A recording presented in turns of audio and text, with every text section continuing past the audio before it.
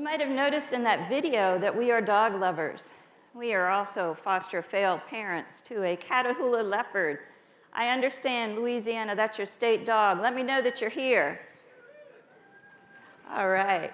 I have to tell you, she's fierce. She protects our house like she pays the mortgage. Anyway, what I want to share with you, there is one person that is not in that video who is the reason I stand before you today. I want you to walk back with me to May of 1991. I had just joined my first community bank after 5 years of being an auditor. And I'll admit to you, I didn't take that job because I understood the magic or even the purpose of community banking. It was obviously an opportunity for me to start something new and to balance career with family. At that bank, there was one woman who was on the board of directors, Mrs. Millicent West. She was also our largest shareholder. She always arrived prepared, she was always early, and a fierce advocate for employees and the community. She took me under her wing early in my tenure, and when she learned our birthdays were one day apart, she invited me to lunch. And that lunch changed everything for me. I want to set the stage for you. We were at Backstreet Cafe in Middleburg, Virginia. We had a table for two. And look at her, doesn't she look like Queen Elizabeth? She was just as poised and the epitome of good manners, which is why we had to start our meal with soup. And we had soup. The conversation flowed back and forth, and before long, Tootie, the owner, cleared the table, and Mrs. West picked up her napkin, folded it gently, laid it on the table, and then she leaned in. Alice, I've always believed every community needs a good school, a good library, and a good bank. That was not a suggestion.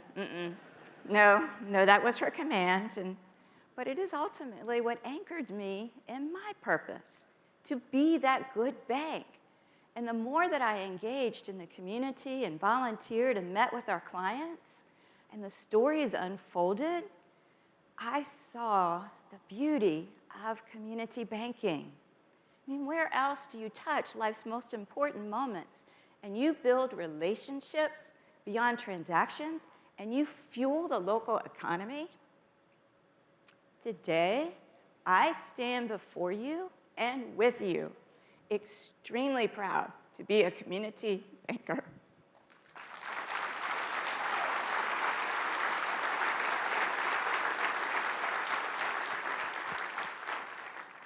So community banking isn't just a job or a career, it is truly a fulfilling way of being. And it's not a career I planned by any stretch, but it is one that I hope many, many young adults find their way to as well. So let's fast forward to today. ICBA is that driving force behind our ability to be that good bank, whether it's education or advocacy or innovation and fellowship. ICBA creates that environment where community banks thrive. Last July, we took an important step in cementing our industry's future. ICBA's board and management team made succession planning a key priority for us. It's that development of our early and our mid-career bankers to lead tomorrow. Because as leaders of our banks, you know, the long term, it's the long game. That's what we have in mind for our organizations. And it starts by strengthening our connections. Those connections, for me, they began in Young Bankers Group, and I forged relationships that lasted decades. There was this authentic feeling of fellowship because our interests and our goals were aligned to be that good bank. And it was also my first experience of the community of community banking. Later, my CEO of this organization, who was incredibly frustrated with credit unions, and you can see some things never change, voluntold me to get involved with ICBA. And that opened my eyes to an even larger community of community banking. Because ICBA is each and every banker be better every day. I know you remember the days of PPP. I do. Many days and a whole lot of nights were at my kitchen table. Here we were implementing this government program at warp speed, and we had no time for our usual planning. And ICBA helped us decipher the rules and gave us tools. And bankers, we helped each other. We had text threads, email groups, processes were going back and forth. And that collaboration, we didn't just make loans. That collaboration, we dominated. And this is not, thank you, we did. This is not nostalgia. I'm not stuck in the past and living in that glory. But it is a reminder of our fellowship. And that is something ICBA has always understood and built an online community just for us. Look at the collaboration that's occurring between 7,000 bankers nationwide today. You have a question about fraud, someone's going to help.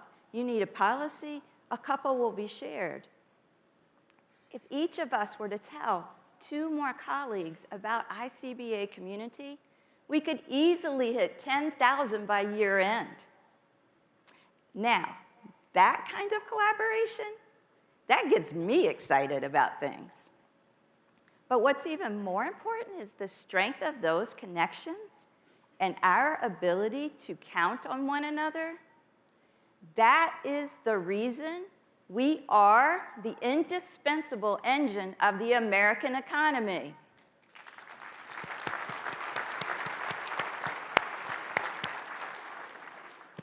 On Friday, you met the 10th Think Tech Accelerator cohort. These are companies that are selected and their solutions have been refined by ICBA's community leaders. ICBA also has forthcoming an innovation workshop where more bankers can get together and strengthen our relationships with vendors and future-proof our industry. That, my friends, that is fellowship in action. And then there's advocacy. And this is where ICBA is relentless for us.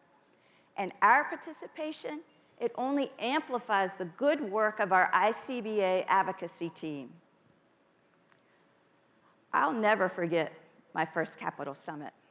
I was intimidated about going on the Hill, but there were leaders like John Burmaster, Scott Heitkamp, Dale Leedy, and others. They said, Alice, it just matters that you're here. And it did then, and it still does now. You heard Rebecca yesterday. We have accomplished so much. And Congress and administration, they believe in community banks. And I believe that this is our time. Yes. Yes, yes. Let's not lose this opportunity, folks. Capital Summit is coming up in May. And as the strength of our community bankers, we grow and it strengthens, so does our voice. So I'm sure I'm going to see you there because we need you there. I need you to bring a colleague. Even better, bring 2 emerging leaders and let them use their voice to strengthen the hometowns and experience the community of community banking, right? That is how we secure our future. Being asked to serve as ICBA's chair is one of the greatest honors of my career. It's an opportunity for me to give back to this industry that helped a 27-year-old bright-eyed banker become anchored in her purpose. And it resulted in an amazing career and so many friendships. I share this with my board, who trusted me 8 years ago to execute upon our vision, and with my management team, who steps up to every opportunity in front of us. Many are here today, and I thank you, and I I'm so appreciative of your enduring commitment to community banking. And then there's my family and my sons, who grew up riding the bank floats, ringing the Salvation Army bell, and they also gave me the grace as a career-driven mother. My son Kyle, his wife Kelly, our sleeping granddaughter Allie, my son Reed, and his wife Brittany. And then there's my husband of nearly 38 years, Todd. You are my best friend, my life partner, travel buddy. He's our dog whisperer.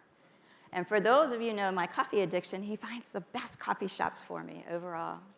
I share this honor with you, and I love you all dearly.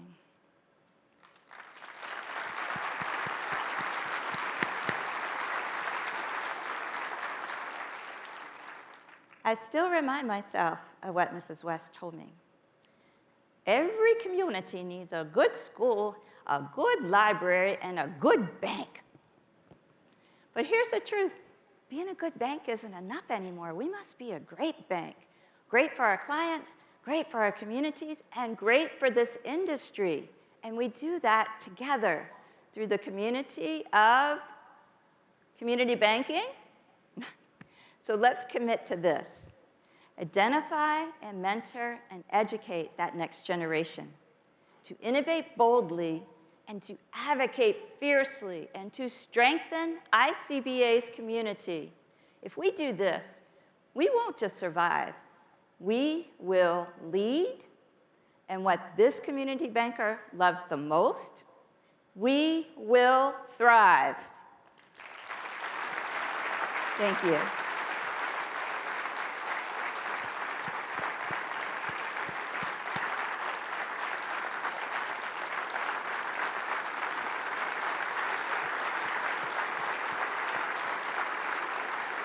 Oh, thank you so much.